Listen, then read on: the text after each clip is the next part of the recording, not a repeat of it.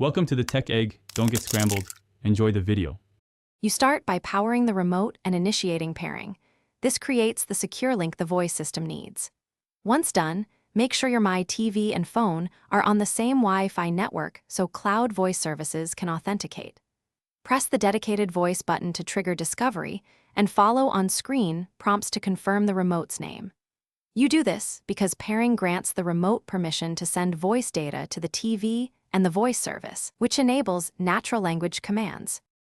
Next, configure the voice assistant so it understands you. First, choose Google Assistant or Zio AI in the TV's voice settings.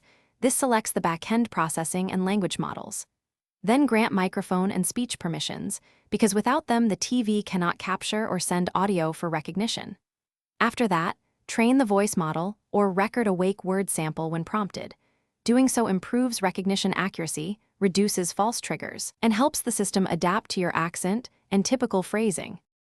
Finally, use clear, concise voice commands.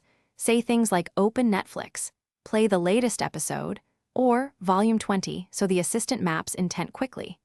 If responses are inaccurate, run the microphone diagnostic in settings to check levels, reboot the TV, and repair the remote.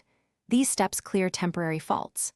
Make sure firmware and assistant app updates are installed, because patches often resolve recognition and connectivity issues. If problems persist, toggle privacy permissions and test. Thanks for watching. Consider subscribing if I helped unscramble your problems.